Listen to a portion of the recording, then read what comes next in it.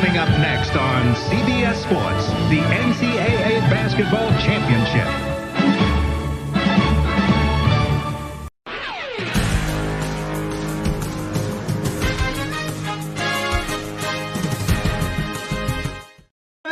It's Gary Parrish. Welcome back to the CBS Sports Eye on College Basketball Podcast, where we sometimes discuss camel fighting, dodo birds, leaky black. The Eye on College Basketball Podcast is presented by Jersey Mike's. Jersey Mike's, a sub above. Kyle Boone is here with me. If you're watching on YouTube, smash the like button like you're Brandon Davies. You have consent while you're here. Please, if you haven't done it already, subscribe to the CBS Sports College Basketball YouTube channel. Let's get into it. Obviously, we're going to get to Alabama, Clemson in just a bit, but we have to start in Boston, where UConn absolutely humiliated Illinois in the title game of the East region. Final score, UConn 77, Illinois 52. Believe it or not, the score was tied 23-23 with 84 seconds left in the first half, and then UConn did something you don't see every day, and that something was go on a 30-0 run over a span of 8 minutes, 8 seconds of game time, 30-0. The score went from 23-23 with 84 seconds left in the first half to 53-23 with 13-16 left in the game.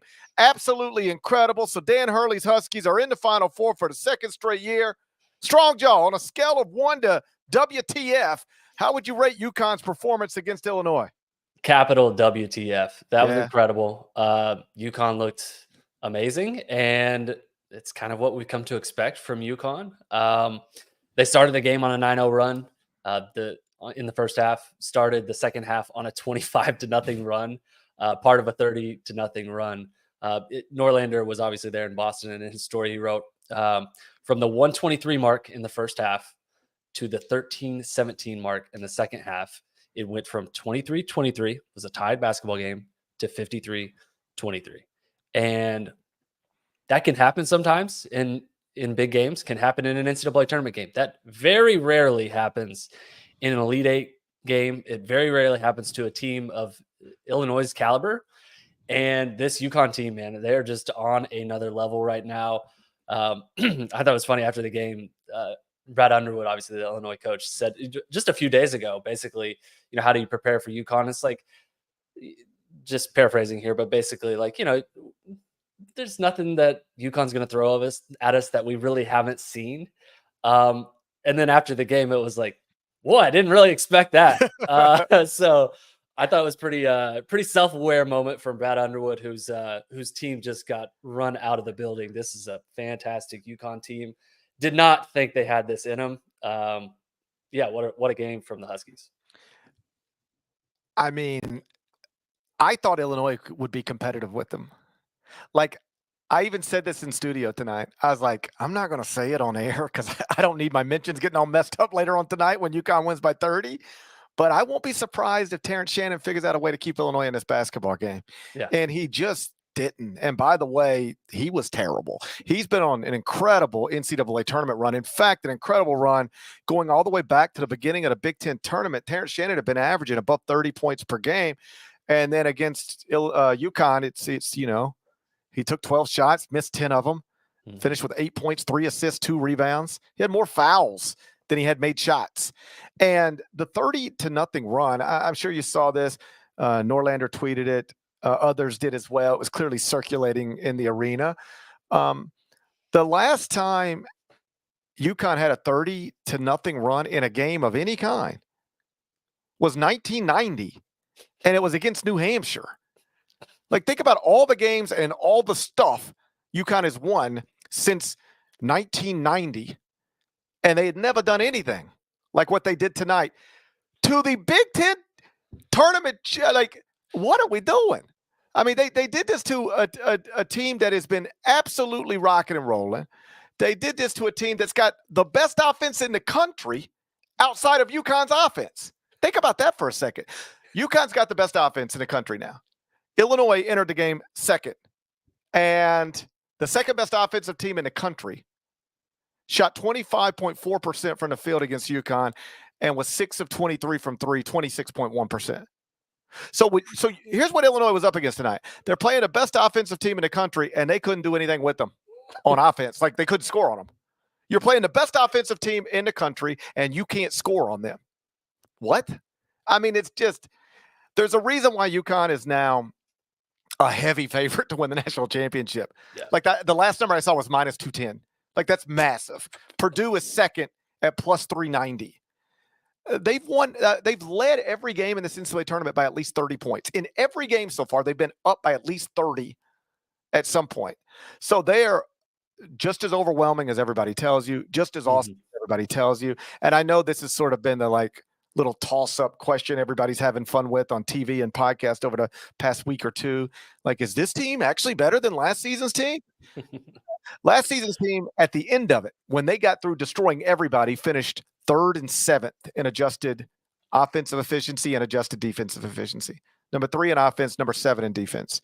Right now, they're number 1 in offense and number 4 in defense. I mean, what are we talking about?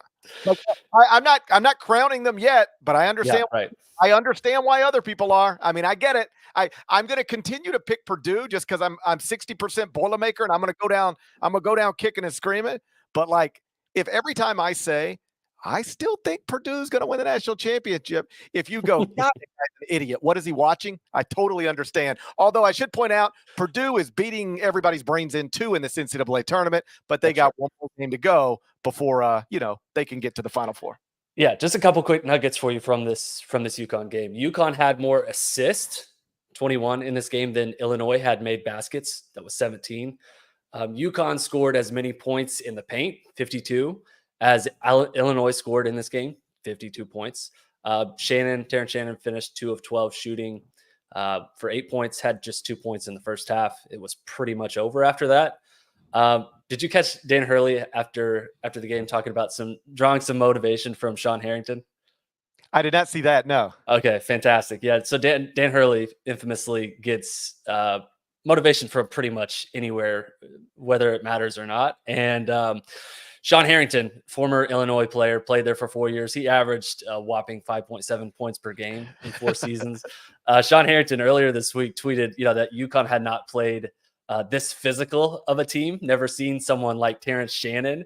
And Hurley, basically said, like, my coaches gave it to me as kind of fuel for the fire coming into this game. And he called the statements, quote, asinine. So perfectly on brand for Dan Hurley, who, again, just like, he can draw motivation from anything. Oh, it's so good. It's Michael Jordan-like in the sense that you're just finding disrespect in any little place you can find it, even if it doesn't matter where it's coming from. Like, why does anybody in the world, I say this respectfully, all right?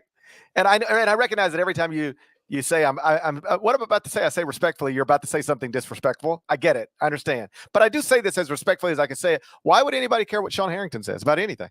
Right? Like, the whole world is out there screaming, Dan Hurley's amazing and UConn is amazing. And the only thing he hears is that. Right? Yeah. It's like if you write a column and 100 people, like, just were, on scale, but like 100 people say, that's the best column I've ever read. And then one person says, that's an embarrassment. I don't know how you published that. You should delete it right now. And the only thing you're caught up on is this one person who doesn't matter, broadly speaking, having a counter opinion to what everybody else in the world has. And that's what you're caught up on. That's what Dan does. And like, it's how you can make yourself crazy, but it's also what makes him brilliant. It's also what makes him great. It is what makes him. By the way, we're going to get to this point too. If they finish this thing off, it's been settled for a few years now. Like, everybody just like, who's the best coach in college basketball? Oh, Bill Self. I'll go Bill Self. And then you start the conversation after that. Like, Dan Hurley's coming for that. Like, if we do the candid coaches thing this summer and UConn's coming off back-to-back titles, I won't be surprised if we ask that question. Dan Hurley's the leading vote getter. Yeah, I mean, he's got to be. I actually chatted up with Kyle Porter here in Dallas this evening. He asked me who you would start a program with if you could pick any coach in college basketball. And I kind of, thought about it. I actually mentioned briefly Bill Self, but I mean, Dan Hurley has to be number one, right? I think so at this point, because you just look at what he's doing in these past couple of years with not entirely different teams, but largely with different teams. And this isn't the byproduct. Like, if Duke ends up in the Final Four, it's pretty obvious how that happened. And you don't want to take away anything from that staff and the development and the teaching and the coaching. But if Duke makes the Final Four, you know why? Because they recruited like a Final Four caliber roster, and then it became a Final Four team. That's not what UConn's done. I mean, Tristan Newton, Cam Spencer, like these are just guys that he has brought together, and calling them just guys might be discounting them a little too much. They're obviously incredible basketball players, but like UConn does have 5-star players, but it's not built the way a Kentucky team is built or a Duke team is built, or even the way most blue blood programs are built. It's just what is the common denominator between the greatness from last year and the greatness of this season? It's the guy running the whole thing. And yeah, I mean, I think Kyle Porter's probably right. If you had to pick a guy right now to start a program, it's probably the guy running the one at UConn right now. Yeah. And I would add, just as a loose end from this game that I thought was funny, during an in-game interview, Brad Underwood was kind of asked like about Donovan Clingan because he was dominant defensively. And Underwood, with an interview with I think it was Andy Katz on TBS, said, if Clingan blocks 100, he blocks 100. Illinois finished 8 of 30 on layups in this game. Donovan Clingan finished with 5 blocks. I can't countless other altered shots. Just the all-time. That's a bold strategy, Cotton. We'll see if it pays off. And it just absolutely blew up in Illinois' face. I thought it was hilarious. Well, what did you think the mindset was? Because like everybody with a Twitter account was saying, why do they keep attacking Clingan? Now, Brad Underwood's not a dumb basketball coach. So there's some thought that it was like, we've got to get him out of the game. And the only way to get him out of the game is attack him and hope that he fouls us. And that just didn't work. But that seemed to be on some level the strategy. I think that had to have been the strategy, which is UConn looks devastating and unbeatable whenever Donovan Clingan is in the lineup. Defensively, his impact is amazing. Offensively, he's super efficient. He's a great rebounder, does everything on both ends for this Huskies team.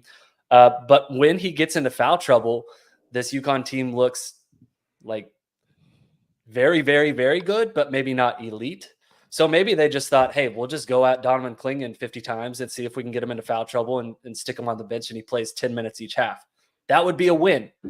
That was not the case. Clingan was awesome. This, I think, was his best game of the NCAA tournament. Defensively, he was all over the place, and he was the best player on the floor in this game. Not to get ahead of ourselves, obviously, but if we get to, a week from Monday and we are watching a UConn-Purdue national championship game, I'm not predicting anything. I'm just saying if the key to forget beating UConn, but playing with UConn, if the key to playing with UConn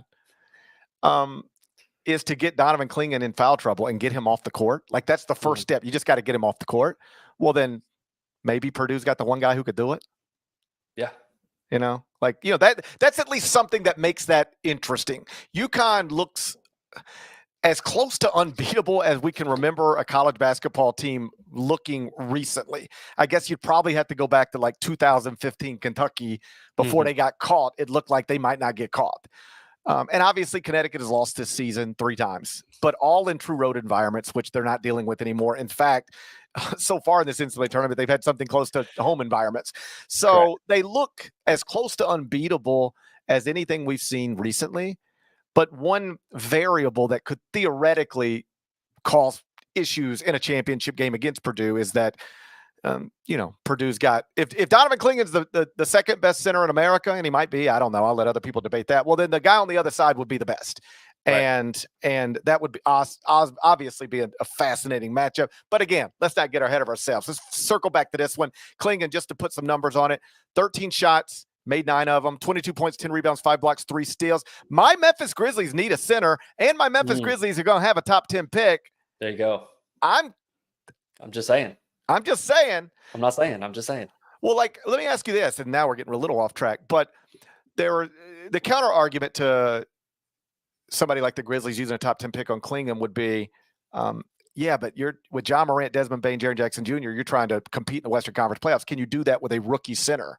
So that would be the question. Like, if you're trying to push next season, can you do it with a rookie center? I don't know, but he looks great. and he was clearly the difference maker and most important player in UConn's blowout of Illinois in the Elite Eight. So now we're going to get UConn against Alabama on Saturday in Arizona, and that's because Alabama in the second game on Saturday night beat Clemson in a competition that was much more competitive than the first one we watched. We'll spend some time on that next, but first a word from our partners. The blackout mystery remains. Welcome to March Madness. Oh! You just never know in the tournament who is going to shine. Stream March Madness live on any device, anywhere, and be ready for anything. So on Saturday down in Arizona, UConn's going to play Alabama in the Final Four, and that's because Alabama beat Clemson in Los Angeles Saturday night in the title game of the West Region. Final score, Alabama 89, Clemson 82. Crimson Tide in the Final Four for the first time in school history. Strong John, back when Alabama was 6-5 to start the season, did you have any idea you were watching a program that would just a few months later be in the Final Four for the first time in history? Yeah, I never stopped believing. Obviously, I think when they moved to 6-5, I called it. I thought they would be a Final Four team. No, absolutely not. And even coming into the NCAA tournament, I think Alabama's volatility, just because of offensively they're great, defensively Nate Oates will even admit they don't really guard anyone. I really thought that they were a candidate to be bounced pretty early in this tournament, but they're headed to their first Final Four in program history. Fittingly, in the exact on-brand way, they made 16 three-pointers in this game, shot 36 of them. Mark Sears, again, fittingly, was awesome in this game, 23 points. Clemson missed a billion free throws in this game and ended up 3 of 11 from free throw range in the second half, 8 of 16 for this game. But yeah, this was unexpected, I think, from Bama. Just big picture, did not expect Bama to make the Final Four, but yeah, this was a good matchup for Alabama, obviously, against a Clemson team that's been pretty hot, been slightly lucky with some three-point range, some variance. Coming back against them in this one, Alabama was hot from three, and they're moving on to the Final Four. Yeah, I mean, 16 to 36 from three. I mean, forget about it. You're probably done. I mean, what's amazing, given that number, is that it was a one-possession game with less than 2 to play. Yeah. Right? P.J. Hall fouled out. Picked up his fourth with about 8 minutes. Let's stop there for a second. 8 minutes left, picked up his fourth. Brad Brownell kept him in the game. Mm-hmm. He eventually fouled out with I think 3:30 left, and it was an 8-point game. I know some people were questioning that. I didn't mind it.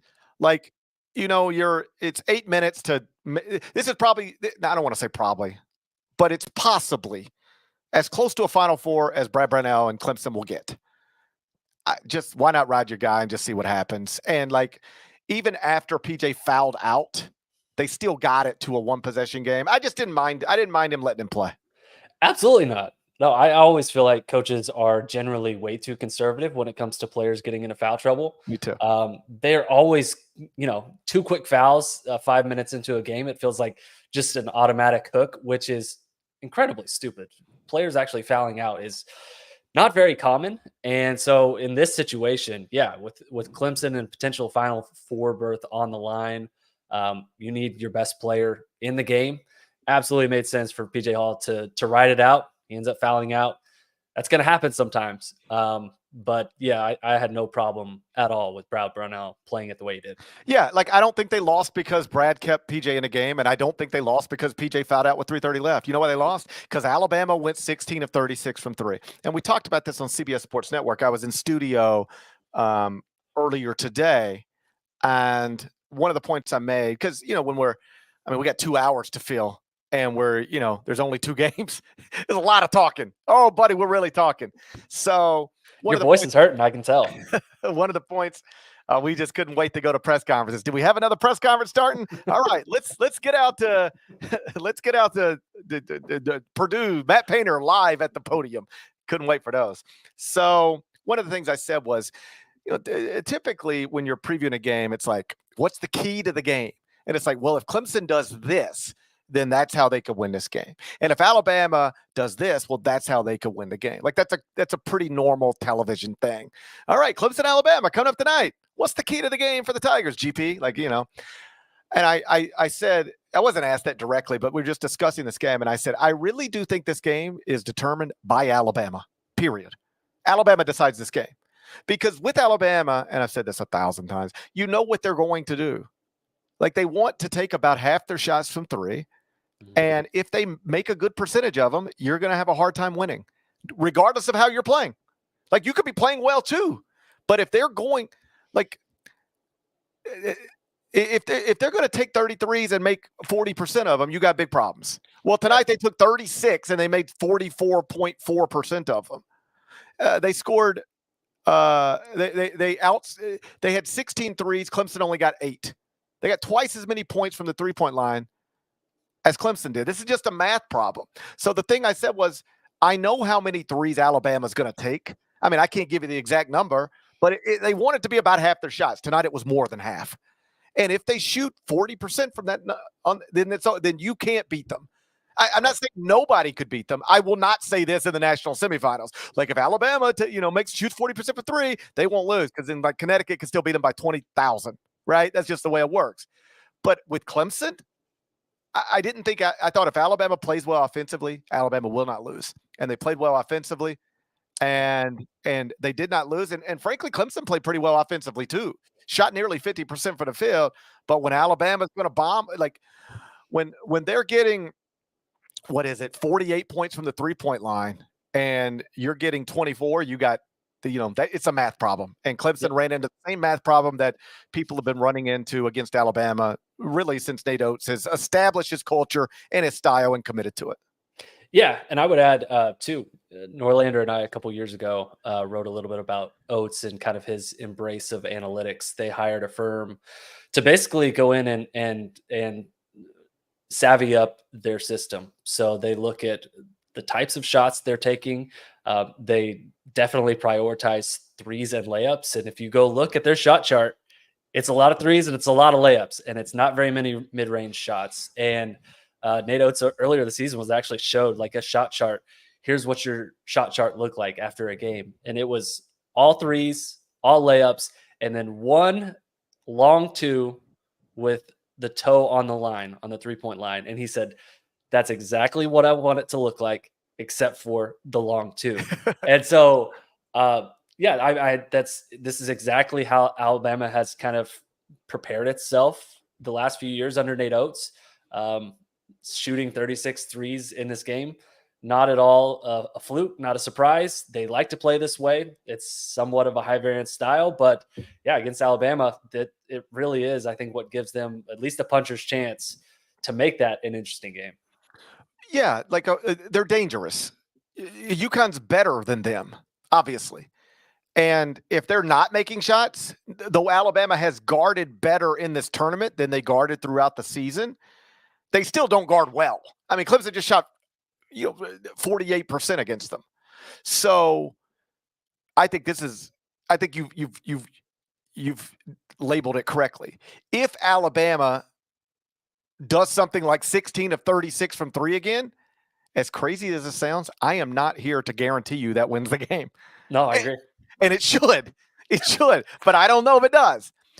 But the only way Alabama has a chance, I'm not even saying the only way Alabama wins. I'm just saying the only way Alabama has a chance to stay in the game is they've got to really shoot it well from the perimeter, because there's no other obvious way for them to hang around. I don't know. What you think? Nate Oates is probably watching the Illinois tape and thinking, hey, we just attacked Donovan Clingan. Maybe we can take down the Huskies. I think he's going to try to get up 45 threes. I think, and like, we'll see what happens next Saturday. And frankly, I think the opening line's double digits. I mean, we got a Final Four game. Opening line's going to be double digits. And the money's still probably going to come in on UConn. Yeah, that seems right. Because they're killing everybody. So we'll see what happens next Saturday. And I don't want to say it doesn't matter, because of course it matters. But like, no matter what happens next Saturday, Nate Oates has taken this program to the Final Four for the first time in school history. And these last 2 years, I think sometimes people forget this because, that the last season at Alabama was in some ways overshadowed by tragedy and crime, but in other ways overshadowed by the fact that, they didn't go as far in the tournament as you would think the number 1 overall seed in the tournament should, but they were the number 1 overall seed in the NCAA tournament last season. Yep. And now they're in the Final Four this season. Like that's probably not as good of a run as the 2-year Dan Hurley run, but it's up there pretty good. And they lost 7 of their top 9 from last season. Yep. 7 of their top 9, including Brandon Miller. Of the top 9 scores from last season, they bring back Mark Sears and Rylan Griffin. That's it. They started 6-5 with only 2 of their top 9 back. Now, the schedule was tough. You go back and look at the 5 losses, it's like, okay, they lost to 5 good teams. I think they were all top 50 KenPom teams. But still, they lost 7 of their top 9 scores from last season's team and then started 6-5. And now they're 19-6, I guess, in their past 25, something like that. Mm-hmm. And now Nate Oates, through 5 years at Alabama, and we're not through 5 years, but this is year 5, 2 SEC regular season titles, 2 SEC tournament titles, 3 Sweet 16s, an Elite 8, a Final Four, a number 1 overall seed in the NCAA tournament, and again, a trip to the Final Four this season. It's not bad for a dude who was coaching high school basketball 11 years ago, for a guy who was an assistant at Buffalo less than a decade ago. Yeah, it's wild. It's wild. This dude has risen up quickly. Oh, what a weekend for that. I think that's Matthew 28:6. There you go. Thank you. I think it's Matthew 28:6. I've been trying. My kids now go to a school where they make you learn scripture. So I've been focused in on Matthew 28:6 this week. Nate Oates has risen. That's right. It's a big weekend for Nate Oates. It's kind of like a modern day. I don't even think I should say it. Big weekend for folks who have risen. Absolutely. It's a big weekend for folks who have risen. And Easter bunnies. It's a big weekend for bunnies and folks who have risen. You know? It's fair. Good on. How about this for a connection? So Bobby Hurley worked for Dan Hurley at Wagner. Then Nate Oates worked for Bobby Hurley at Buffalo. And now Dan Hurley and Nate Oates are going to coach against each other in the Final Four. Also interesting, when Nate Oates leaves for Alabama, or no, when Bobby Hurley leaves for Arizona State. Yep. And they've got to decide who to promote or who to hire to replace him. The athletic director at the time was Danny White. That's who promoted Nate Oates. Danny White, now the athletic director at Tennessee, is 1 win away over Purdue, if they can get it, from joining Nate Oates and Dan Hurley in the Final Four. There's a lot of Buffalo connection and Hurley connection stuff in there. God, a lot of Buffalo. Shouts to Buffalo. Shouts to Buffalo. It's a real big weekend for folks who have risen when you think about it. Absolutely.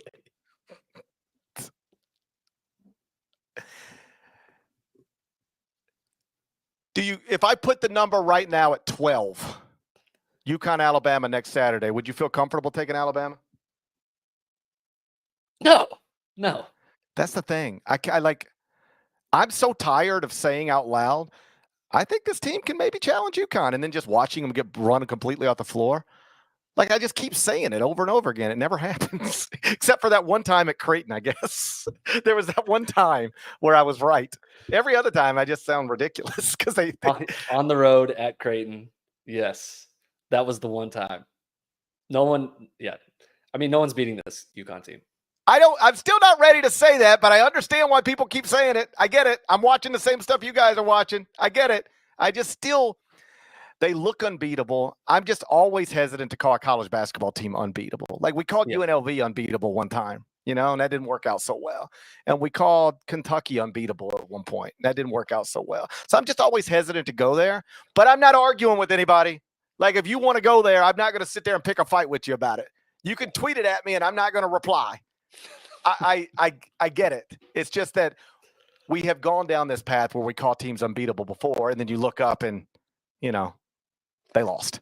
So yeah, that's absolutely right. 2015 Kentucky, I think, was the perfect comparison because no one thought that team was going to lose. No one, even during the NCAA tournament, thought they were going to lose. and then they lost the final game of the year. Like, so that, I mean, that can happen. Just the way that UConn is playing right now. And maybe it's just a little bit of a knee-jerk reaction from how they performed tonight. But yeah, it feels at this point pretty unlikely that UConn's going to lose. So before we get out of here, let's just look ahead very briefly to Sunday finals that will obviously determine the other two participants at the 2024 Final Four at 2:20 Eastern on CBS. It's America's Most Watched Network, Network of Stars. It's the 1 seed Purdue against the 2 seed Tennessee. Let's stop here. Purdue, 3.5-point favorite, total 147.5. I know earlier we were talking about a hypothetical Purdue UConn matchup in the national championship game, but we were simply talking about that from the context of like what kind of team could possibly get Donovan Clingan in foul trouble. And Right. like a team with Zach Edey, at least on paper, is the type of team that maybe, I emphasize the word maybe, could cause those types of problems. But Purdue's got to win 2 games to even get to that point. And the first one is against Tennessee. And though I think Purdue is better, and though these teams have already played and Purdue won the game, it's not crazy for me to imagine Tennessee keeping this thing tight and actually winning it. Like, Tennessee is physical. Tennessee is old. Tennessee is great defensively. And Tennessee has a guy in Dalton Connect who's a vastly different player than, say, Mark Sears at Alabama, but very similar in the sense that, like, Mark Sears can go win Alabama a basketball game. And I think Dalton Connect can go win Tennessee a basketball game. Maybe not this one, but if he's the type of perimeter-oriented player that has made huge impacts in this tournament for decades, like the type of guy who you say, we're at the under 4, we're tied, a trip to the Final Four is at stake, we're going to set you some ball screens, go win this for us. Like there's a handful of guys in this tournament that can do that, and Tennessee's got one, and Tennessee hasn't normally had one. Rick has had some great teams at UT, but he's never had a shot creator and a shot maker like this. And if we're sitting here on Sunday night talking about Tennessee just upset Purdue to go to the Final Four for the first time in school history, and we got 2 SEC programs in the Final Four for the first time in school history, I imagine Dalton Connect would have a big role in that. I'm not predicting it. Obviously, I'm 60% Boilermaker. But Tennessee is, when we talk about Purdue, how awesome it would be to get Purdue UConn. Trust me when I tell you, nobody is assuming that Purdue's just like should go ahead and be advanced in there. You're going to have to beat obviously 2 good teams to get to the championship game, and this Tennessee team is quite literally one of the best teams in the country. Yeah. Tennessee, I think you perfectly explained it. Very physical, very good defense, and this Tennessee team has had a really good defense for a really long time under Rick Barnes, but the offense has really stepped up a notch this year, and that is because Dalton Connect, he's kind of that missing piece that they really have not had the last few years, and really has elevated this offense to a new level where if they need a shot, they say, hey, go give me a bucket. They haven't had someone like that. The physicality for this Tennessee team against this Purdue team, I think is going to be interesting. They played each other obviously earlier this season. Purdue won that game. It was a 4-point game. It was pretty close. I still think Purdue has improved significantly since they played, but I think Tennessee's improved pretty significantly as well. They're 1 game away from making the Final Four. So I guess we'll see what this matchup looks like. Obviously, the way Edey's playing right now and the way this backcourt is playing for Purdue, they're shooting it at a really high level. It's going to be a tough matchup for Tennessee. It's not likely that Tennessee wins this game, but you look at the betting odds. Tennessee is a 2.5-point underdog. It should be a close game. The betting market suggests it's going to be a close game, and on paper, you kind of match these teams up. It looks like it's going to be a close game, so I'm excited about it. I think it'll be tight. Purdue, I'm taking the Boilermakers. Are you taking Purdue to advance as well? Yeah. Tonight, I'm a Boilermaker. All right, we're both Boilermakers. 5:05 Eastern on Sunday. Also on CBS, America's Most Watched Network, Network of Stars. This is the surprising one. Yeah. Not surprising that Duke is here, but NC State as an 11 seed, this wasn't supposed to happen. Obviously, this is a massive matchup in Raleigh. I saw some folks there who I respect And actually, I would like to bring Nada in on this because he would actually have a better context for what we're discussing. Nada, if you open your mic, I've seen Nada, of course, lives in the great state of North Carolina. I've seen some people from Carolina say, you outsiders don't quite understand. Duke, North Carolina would be the massive national Elite Eight game. But locally, Duke NC State is kind of bigger. Nada, does that make sense to you? Yes, it does, because you have to understand most Duke fans do not live in the state of North Carolina. Right. There are more NC State fans than there are Duke fans in the state of North Carolina. And considering that North Carolina State Wolfpack fans feel like the lower class fan and are treated like the redheaded stepchild of college basketball fandom, this is a big thing. And also, they have a massive inferiority complex. Yeah. So you're dealing with a lot when we talk about the North Carolina State Wolfpack. Go ahead. I'm sorry. I didn't mean to interrupt. No. So largely, this is a very big deal. And you're going to have generations of fans who have felt like it's basically not been their year, decade, millennium, your choice, that are going to be rooting to see NC State in this Final Four for a whole bunch of reasons. You know, like I don't root against anybody ever. Like I love John Shire, but like I do think there's something kind of neat about watching NC State upset Duke to go to the Final Four. Like that's kind of a neat story, particularly given how they got here. And like I wrote it. Maybe like older NC State fans would remember this, but I wrote a column a million years ago, back when I was younger and I think dumber. It's not the column I would write today, if only because I don't even dabble in the pop culture stuff that I used to try to dabble in. Like there was a time where like Bill Simmons was the most famous and popular sports columnist. And so then like a bunch of younger people was like, well, I guess if you throw in a pop culture reference and a pop culture reference, then you're Bill Simmons. And it was all stupid. But I wrote a column one time comparing NC State to Khloe Kardashian. I was like, listen, if you didn't know anything about her, if you didn't know she had sisters, like you'd be like, man, Khloe Kardashian, that's great. But Khloe Kardashian is constantly like compared to Kim Kardashian. And at the time, I guess I was saying Kourtney Kardashian. I could throw in Kendall and Kylie now, but I think at the time they were like kids and that would have been creepy. But I could probably add them now, you know? And I was like, so like when you're constantly walking into the room with Kim and Kourtney, that's tough. Even if independent of them, you're kind of doing all right. And NC State fans didn't like that column at all. I can't imagine. But it's accurate. But it's accurate. It's like you're a pretty good program, but you're standing next to Blue Bloods. You're a good basketball program, but you're standing next to Blue Bloods every time, all day long. So you're constantly getting compared to them. And like I remember like NC State fans when they fired Herb or pushed Herb out or whatever, whatever happened. And they were like, but if you look at Herb's record, Herb Sendek, of course, if you look at Herb's record against Duke and North Carolina, well then like, what do you think of that, GP? I was like, look at anybody's record against Duke and North Carolina. Everybody loses to them. But because you're so close in proximity, you are judged against them, just like Khloe is judged against Kim and Kourtney. It's a tough life to live. So all these years later, I wouldn't mind seeing Khloe come out on top. I guess that's what I'm saying. I wouldn't mind seeing Khloe. Nothing against Kim, as long as we're calling Kim Duke. Nothing against Kim. I like Skims. But it's something kind of funny about watching Khloe come out on top, isn't it? It is. And, to appease the NC State fans here, they lost 7 of their last 9 regular season games. This was a team that was written off. Like they finished 9-11 in ACC play. They go on to win 5 games in 5 days in the ACC tournament.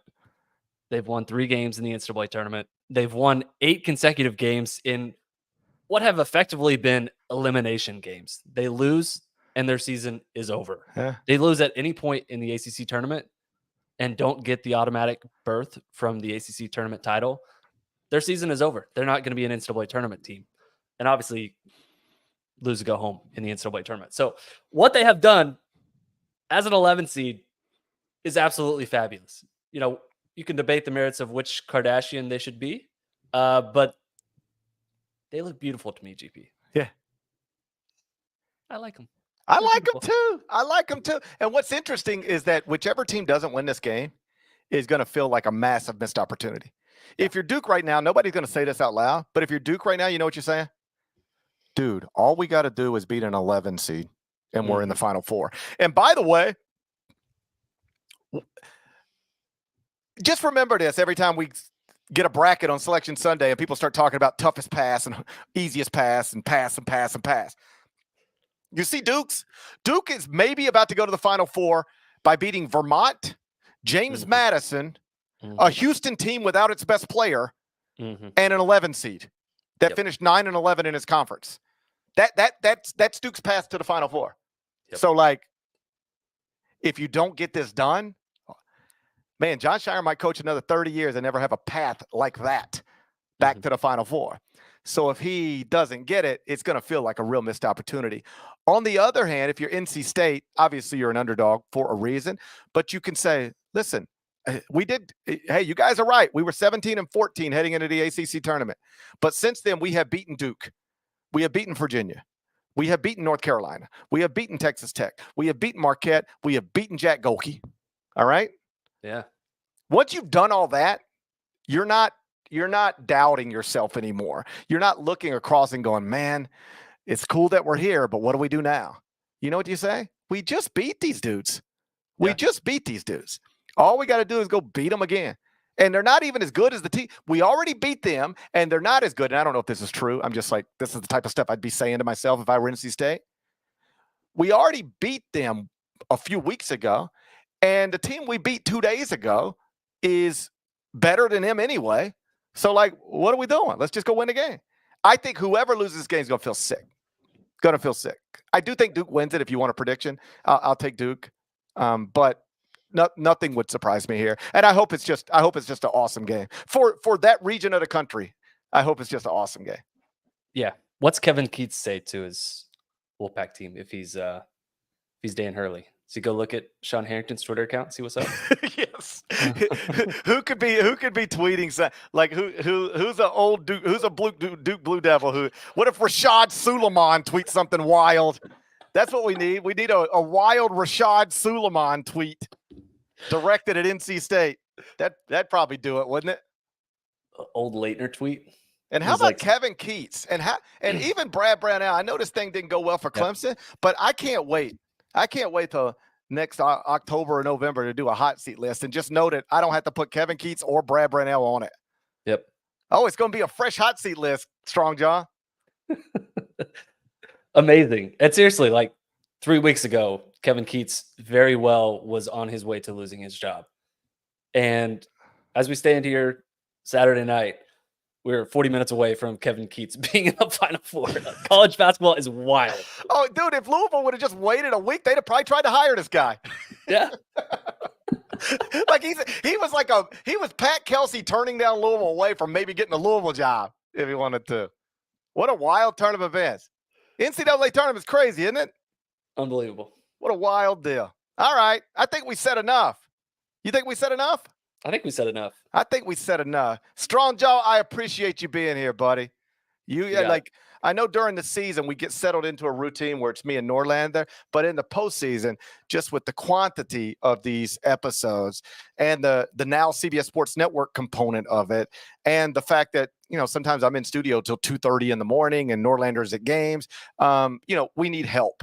And you're here every time we need you to be. You're terrific every single time. So I thank you, and I love you, and I can't wait to talk to you again. And with that, I want to say shouts to Devin Downey, shouts to Chester, South Carolina, shouts to Terry M. Infantigo. He's the legend.